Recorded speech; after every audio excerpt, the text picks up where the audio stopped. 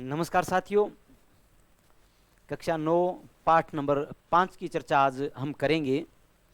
पाठ 5 को जब हम पढ़ रहे हैं तो इससे पहले हमने 4 पाठ पढ़े हैं भाई, और चारों के वीडियो मैंने आपको YouTube पे दे भी दिए हैं। सारे चैप्टर जो है उनके अच्छे अच्छे शानदार वीडियो, 1 नंबर के जो किताब है वैसी की वैसी उसके वीडियोज आपको मिले हैं। एक विशेष, कई बच्चे कहते हैं कि सर हमें ये किताब जो है वो कहाँ से मिलेगी, तो देखो बेटा सारी किताबें मार्केट में अवेलेबल है। फिर भी अगर आपको ऐसे लगे कि हमें नहीं मिल रही है किताबें, तो आप अपना जो टेलीग्राम जो चैनल है उसको ज्वाइन कर लेना, और वहाँ से आप अपनी किताबें जो है वो सारी ले लेना, डाउनलोड कर लेना PDF, ठीक है ना। सारी किताबों के PDF मैंने वहाँ पे डाले हुए हैं, ओरिजिनल जो किताबें हैं। आज राजस्थान में जन जागृति और प्रजामंडल से संबंधित चर्चा हम इसमें करने वाले हैं। कैसे रियासती कुशासन को समाप्त जनता के सहयोग से किया गया था और कौन कौन से व्यक्तियों की प्रमुख अहम योगदान इनमें रहा था, तो वो चर्चा हम यहाँ पर करने वाले हैं। देखो, पहली बात जब हम शुरू करते हैं तब आती है 1857 के प्रथम स्वतंत्रता संग्राम से संबंधित। कह क्या रहे हैं, 1857 का प्रथम स्वतंत्रता या स्वाधीनता संग्राम सफल नहीं हो पाया। भाई हमें पता है कि 1857 की क्रांति जो थी वो असफल रही थी, और इसकी असफलता का कारण जब हम पढ़ते हैं तो हमारे सामने आया था कि उचित नेतृत्व ना मिलना, भारतीय राजाओं का अंग्रेजी शासकों का साथ देना। तो ये 2-3 एक बातें जो थी वो हमारे सामने यहाँ पर आई थी। भाई आज जो हम बात कर रहे हैं यही कह रहे हैं कि 1857 के प्रथम स्वाधीनता संग्राम का सफल नहीं हो पाना। अगर वो सफल हो जाता तो अंग्रेज उसी समय चले जाते, ठीक है ना। तो परंतु जनता में नव चेतना व जागृति की भावना अवश्य उत्पन्न हो गई, और इसके लिए निम्नलिखित कारक उत्तरदायी रहे थे। ये कह रहे हैं कि जनता में एक भावना और जागृत हुई, जनता पॉजिटिव वे में आई, जनता सकारात्मक हुई कि हम अंग्रेजों को निकाल तो सकते हैं, हम हमारी स्वतंत्रता अंग्रेजों से वापस छीन सकते हैं, ले सकते हैं, अधिकार हमारे हमें वापस मिलेंगे। तो ये काफ़ी सारी बातें जो थी वो भारतीय लोगों को, प्रजा को, जनता को लगी थी, महसूस हुई थी कहीं ना कहीं। इसीलिए इन्होंने क्या किया, देखो राजस्थान के सांस्कृतिक एवं ऐतिहासिक वैभव की आत्म अनुभूति जब हिंदी, गुजराती, बांग्ला साहित्य से राजस्थानी चरित्रों के बारे में हुई, तब जनता अपने प्राचीन गौरव के प्रति सजग हो उठी थी। लोगों को लगा था अलग अलग भाषाओं के साहित्यों से कि हमारे राजस्थानी जो है या भारतीय जो है वो अपने वर्चस्व की लड़ाई खुद लड़ सकते हैं और जीत भी सकते हैं, ठीक है ना। आर्य समाज की शाखाओं ने भी राजस्थान में स्वतंत्रता के प्रति विचारों को फैलाकर राष्ट्रीय चेतना प्रज्वलित की थी। राजनीतिक जागृति की भावना को विकसित करने में स्वामी दयानंद सरस्वती और स्वामी विवेकानंद जी का महत्वपूर्ण योगदान रहा है। आगे, साहित्य और पत्रकारिता ने भी राष्ट्रीय भावना को जगाया है। बिल्कुल जगाया भाई। साहित्य से हमें पता लग रहा है कि किस किस ने हमारे लिए लड़ाइयाँ लड़ी है, और पत्रकारिता के माध्यम से संपादकों ने हर उस क्षेत्र की परेशानियाँ हो, चाहे वहाँ की कोई पॉजिटिविटी हो, वो सारी अपने सामने उन्होंने ला करके रखी है समाचार पत्रों के माध्यम से, ठीक है ना। लड़ाइयाँ हो, चाहे मेल हो, जोल हो, जो भी हो, सारी बातें अपने सामने आई थी समाचार पत्रों के माध्यमों से।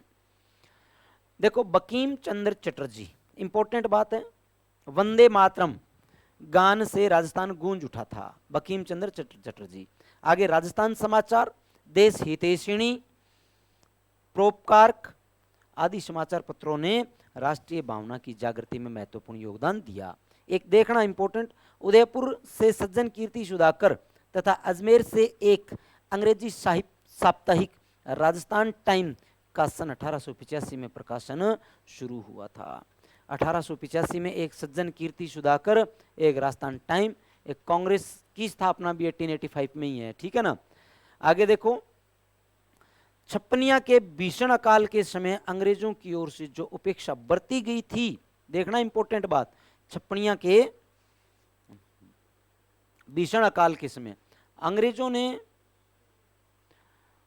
अकाल के समय अंग्रेजों की ओर से जो उपेक्षा बरती गई, उसके कारण अंग्रेजों के प्रति विरोध का वातावरण बना था। भाई अंग्रेजों ने, छप्पनिया अकाल जब पड़ा था उस समय लोगों को, उस समय भी अंग्रेजों ने लूटने का प्रयास किया था, इसलिए जनता जो है ना वो अंग्रेजों के विरोध में और ज़्यादा हो गई, लोगों के मन में नेगेटिविटी आई थी अंग्रेजों के प्रति, ठीक है ना। आगे देखो, एडवर्ड सप्तम के राज्यारोहण समारोह के समय उदयपुर के महाराणा फतेह सिंह को आमंत्रित किया गया। एडवर्ड सप्तम के समय, कब की बात है? एडवर्ड सप्तम के समय की बात है। एडवर्ड सप्तम के समय राज्यारोहण समारोह के समय उदयपुर के महाराणा फतेह सिंह को आमंत्रित किया गया था। उदयपुर के महाराणा फतेह सिंह को आमंत्रित किया गया था भाई। इसमें शामिल होने के लिए उन्होंने दिल्ली प्रस्थान किया था, ठीक है ना। कहाँ पर प्रस्थान किया था इन्होंने? दिल्ली प्रस्थान किया था। तभी उन्हें रास्ते में शाहपुरा के क्रांतिकारी केसरी सिंह बारठ ने चेतावनी रचूंगटिया। भाई साहब ये चीज हम पहले के चैप्टर में भी देख के आ चुके हैं, ठीक है ना। पीछे की क्लास वाले में भी हम देख चुके हैं, चौथे पाठ में भी, जहाँ पे हमने तीसरे पाठ में जहाँ पे हमने क्रांतिकारी पढ़े, दूसरे तीसरे पाठ में केसरी सिंह बारठ, प्रताप सिंह बारठ, जोरावर सिंह बारठ, तीनों की बातें जहाँ पर हमने पढ़ी है वहाँ पर भी ये बात हम देख चुके हैं। दिल्ली प्रस्थान किया था। मेवाड़ महाराणा एडवर्ड सप्तम के राज्यारोहण के समय दिल्ली जा रहे थे। तब केसरी सिंह बारठ ने क्या किया था? चेतावनी रचुंगटिया नामक 13 सोरठे, ये मैंने आपको बताया भी था कि 13 सोरठे जो थे ये भेजे थे भाई, ठीक है ना। रचना भेंट की, उससे उनमें आत्मसम्मान की भावना जागी और उन्होंने दिल्ली दरबार के सामने समारोह में शामिल न होने का निश्चय किया था। महाराणा के इस कार्य से राजस्थान की जनता में एक नव चेतना की लहर दौड़ गई। आगे देखो विशेष बात क्या है? अंग्रेजों की आर्थिक नीतियों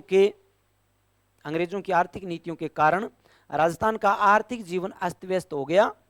बेरोजगारी की स्थिति उत्पन्न हो गई, असंतोष का वातावरण उत्पन्न हो गया था भाई। आगे विशेष बात देखना, 1885 की बात मैं कर रहा हूं और 1885 में ये क्या हुआ था भाई?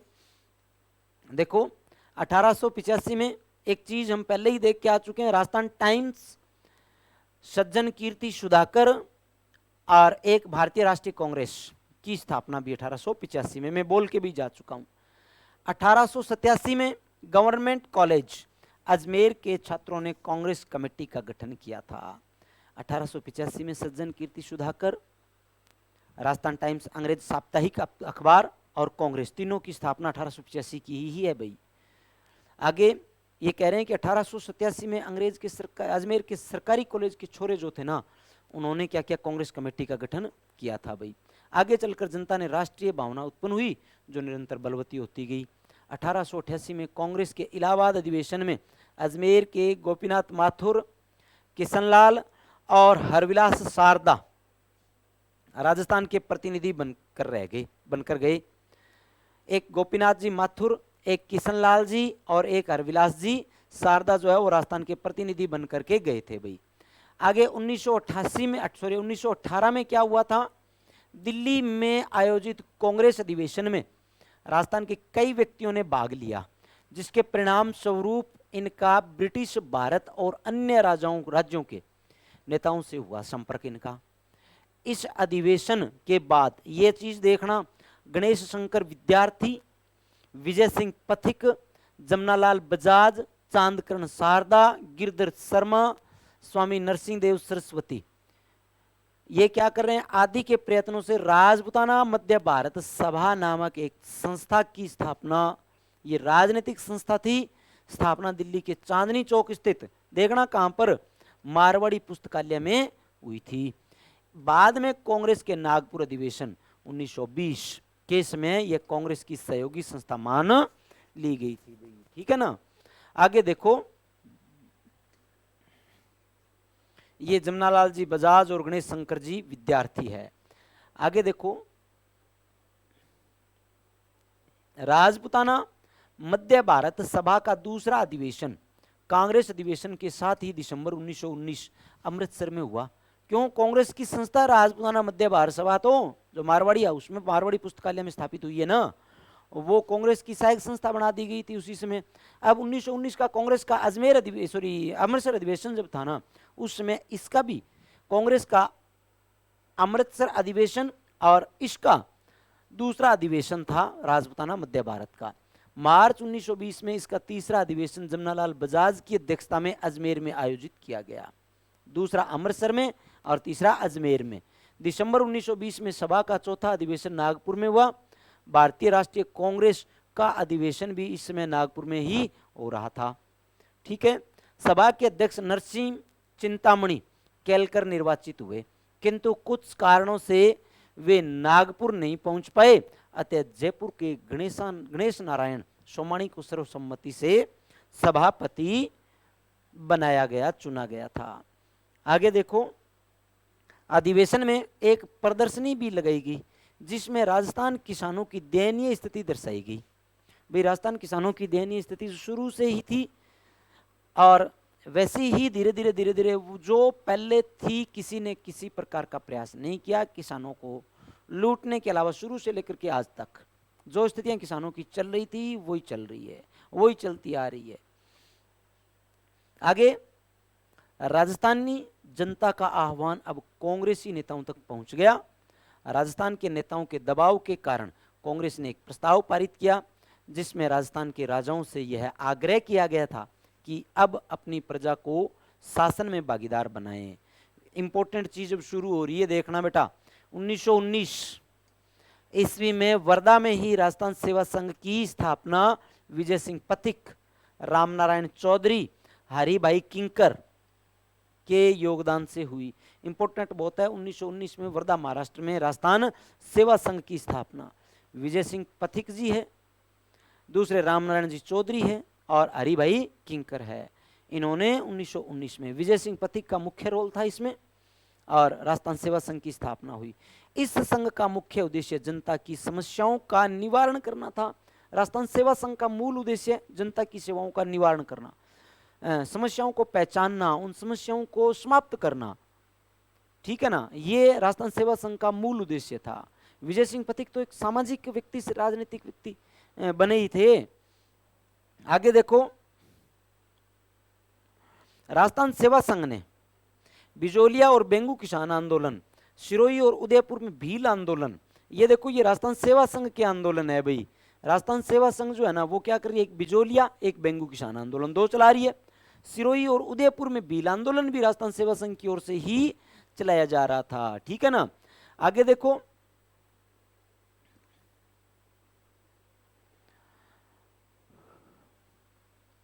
मार्च 1924 में रामनारायण चौधरी, शोभालाल गुप्त और को तरुण राजस्थान में देशद्रोहात्मक सामग्री प्रकाशित करने के अपराध में गिरफ्तार कर लिया गया। किस किस को?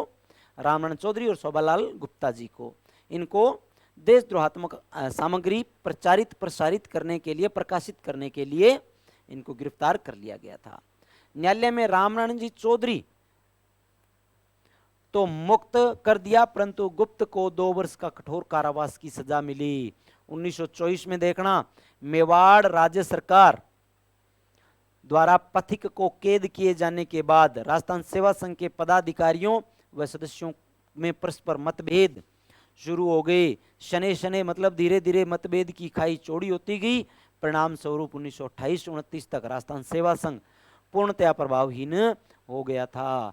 भाई साहब, ये था बिजोलिया किसान आंदोलन बराबर चल रहा था, बेंगू किसान आंदोलन हो चुका था।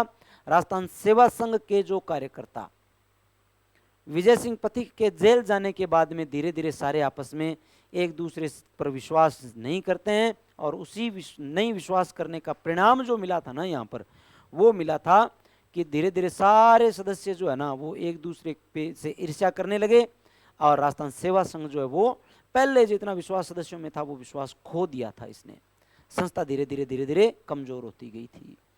आगे देखो, 1920 में भारतीय राष्ट्रीय कांग्रेस का नेतृत्व महात्मा गांधी के हाथों में आ गया। उन्होंने क्या किया, 1921 में असहयोग आंदोलन आरंभ किया था। इंपॉर्टेंट बहुत है, असहयोग आंदोलन कब प्रारंभ हुआ? महात्मा गांधी जी के द्वारा। समस्त भारत पर इसका प्रभाव पड़ा, राजस्थान में भी इसका प्रभाव पड़ा था, यानी राजस्थान भी इससे अछूता नहीं था, राजस्थान में भी प्रभाव था। यहां भी लोगों में देश प्रेम की भावना जागृत हुई और राज्यों में निरंकुश शासन के प्रति रोष उत्पन्न हो गया। जोधपुर में देखना, एक सत्याग्रही भंवरलाल सर्राफ हाथ में तिरंगा झंडा लेकर शहर में घूमे। भंवरलाल जी सर्राफ क्रांतिकारी थे, स्वतंत्रता सेनानी थे भंवरलाल जी सर्राफ भी। झंडे के एक ओर महात्मा गांधी और दूसरी ओर स्वराज लिखा था भंवरलाल जी सर्राफ, ठीक है ना। एक और महात्मा गांधी की फोटो थी और दूसरी ओर स्वराज नाम लिखा हुआ था। ये कर रहे हैं, कौन कर रहे हैं? ये कर रहे हैं भंवरलाल जी सराफ। आगे देखो, उन्होंने बाजार में एक भाषण भी दिया था भाई, जिसे जनता ने उत्साह से सुना। किसने दिया? भंवरलाल जी सराफ ने। टोंक राज्य की जनता एक सभा कर कांग्रेस के प्रति पूर्ण सहानुभूति व्यक्त की और असहयोग आंदोलन का अनुमोदन किया। वहां के अंग्रेज पुलिस अधिकारी ने उनके नेता मौलवी अब्दुल रहीम, सैयद जुबैर मियां और सैयद इस्माइल मियां, काजी महमूद अयूब आदि को गिरफ्तार कर लिया गया। लगभग 70 अन्य व्यक्ति भी इस संबंध में गिरफ्तार किए गए, लेकिन शीघ्र ही सारे छोड़ दिए गए। अब देखना आगे जयपुर वाली बात। ये टोंक के थे मौलवी अब्दुल रहीम, सैयद जुबैर मियां, सैयद इस्माइल मियां और काजी महमूद अयूब। ये टोंक के थे, सारे गिरफ्तार किए गए थे, क्रांतिकारी थे, स्वतंत्रता सेनानी थे, महात्मा गांधी जी का साथ दे रहे थे असहयोग आंदोलन के समय। जयपुर राज्य में जमनालाल बजाज ने अपनी राय बहादुर की उपाधि लौटा दी और 1 लाख रुपए तिलक स्वराज कोष में भी दिए थे। उन्होंने 11,000 रुपए मुस्लिम लीग को भी दिए थे, ठीक है ना। और उन्हें अखिल भारतीय कांग्रेस कमेटी की कार्यकारिणी का सदस्य बनाया गया, जमनालाल जी बजाज को, ठीक है ना। इसके बाद गांधी जी के बहुत निकट आ गए। बजाज से प्रेरित होकर राजस्थान के दूसरे व्यापारियों ने भी इस आंदोलन के दौरान कांग्रेस को आर्थिक सहायता दी थी। कांग्रेस को आर्थिक सहायता इस समय दी थी। बीकानेर में राजनीतिक जागृति अपेक्षाकृत देरी से हुई। धीरे धीरे यहां भी ब्रिटिश प्रांतों में चल रहे असहयोग आंदोलन का प्रभाव पड़ने लगा और जनता में रियासती शासन के प्रति असंतोष फैलना आरंभ हो गया। सन 1921 में बीकानेर के में मुक्ता प्रसाद वकील आदि ने विदेशी कपड़ों की होली जलाई थी। खादी पहनने का व्रत लिया था। बीकानेर में खादी भंडार भी खोला गया था। आगे देखो भाई, बीकानेर वाले भी मुक्ता प्रसाद जी भी आ गए थे भी यहाँ पर, ठीक है ना।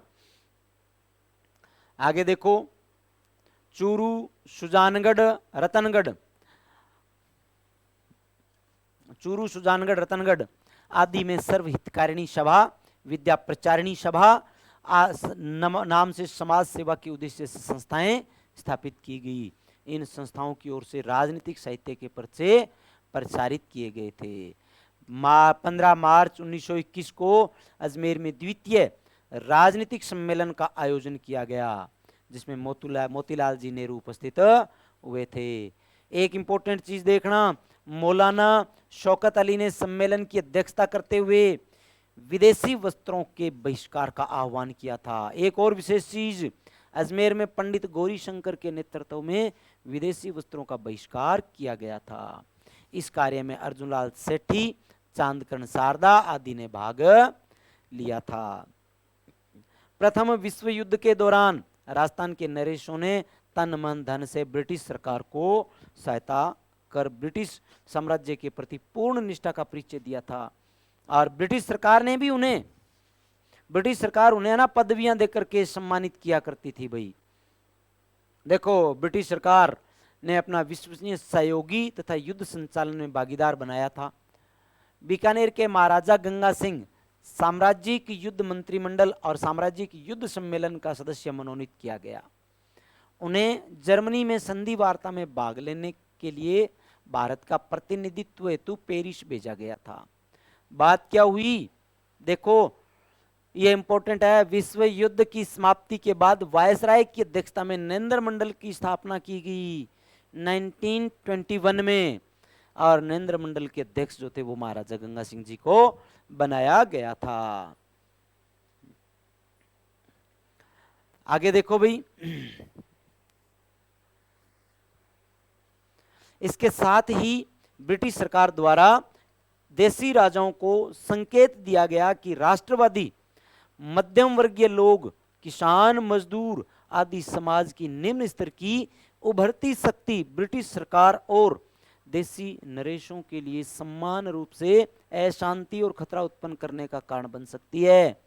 ब्रिटिश प्रशासकों ने मेवाड़ के बिजोलिया ठिकाने में किसान पंचायतों की स्थापना पर गौर किया और उनकी आत्मनिर्भरता की तुलना रूसी सोवियतों की ओर से बिजोलिया किसान आंदोलन के सूत्रधार पथिक को बोल्शेविक या विप्लववादी नाम दिया था। एक बार फिर समान हितों की बात कहकर देशी राज्यों का सहयोग प्राप्त करने का प्रयास किया गया था। देशी राज्यों का अस्तित्व ब्रिटिश सत्ता के साथ साथ जुड़ा हुआ था। ठीक है ना, देशी रियासतें जो थी वो अंग्रेजों का साथ खूब बड़े लेवल पे दिया करती थी भाई। ठीक है ना, आगे देखो।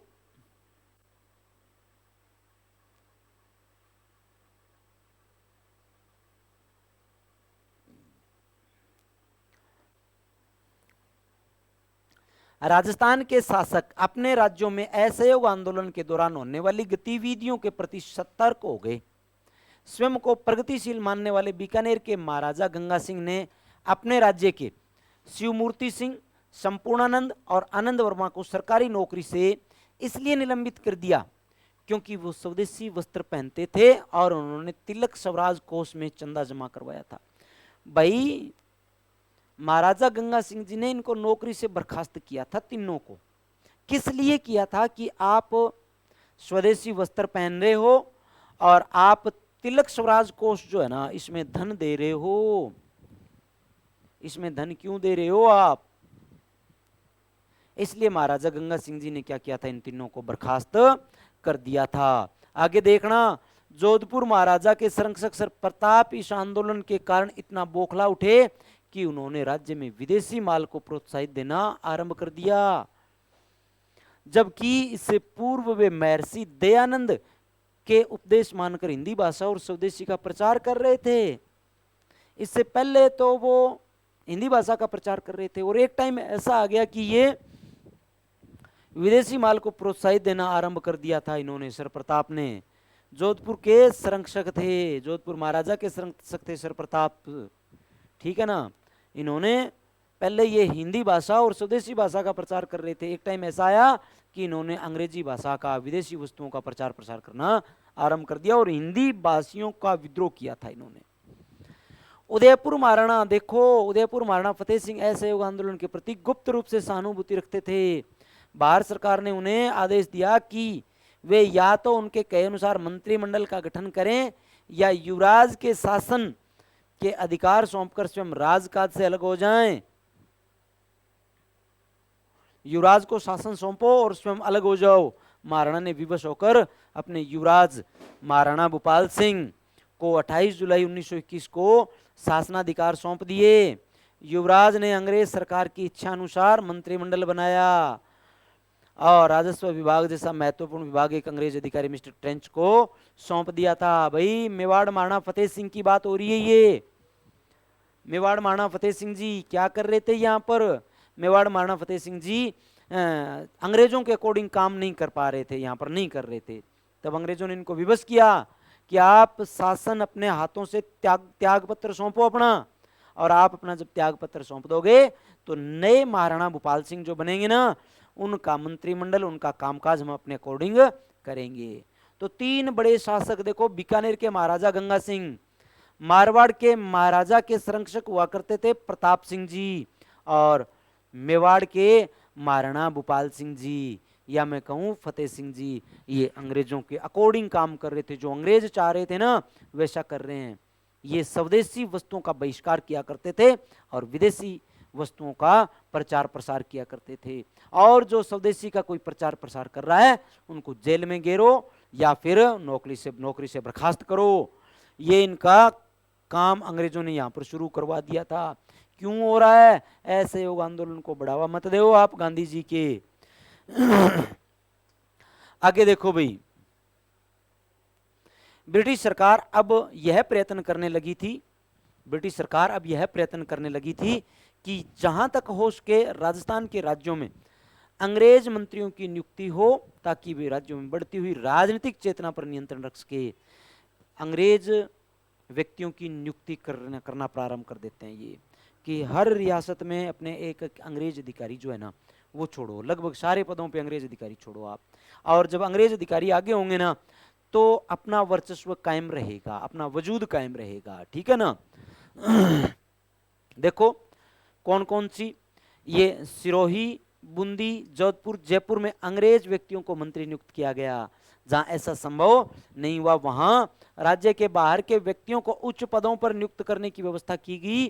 स्थानीय प्रतिभा के प्रति के पूर्ण रूप से अवहेलना की गई।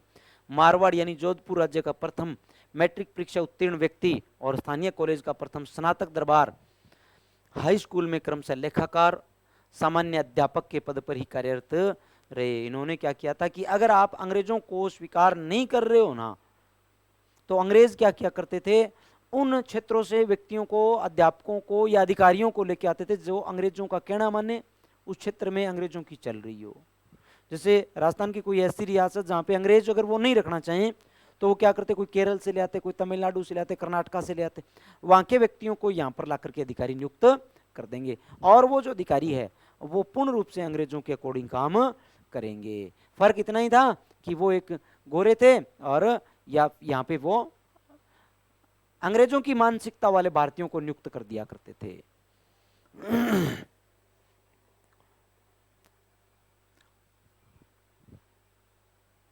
आगे देखो राजस्थान में प्रजामंडलों की स्थापना।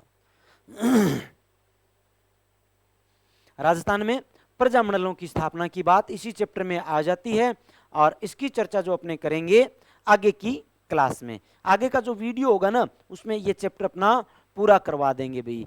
तब तक के लिए धन्यवाद, नमस्कार।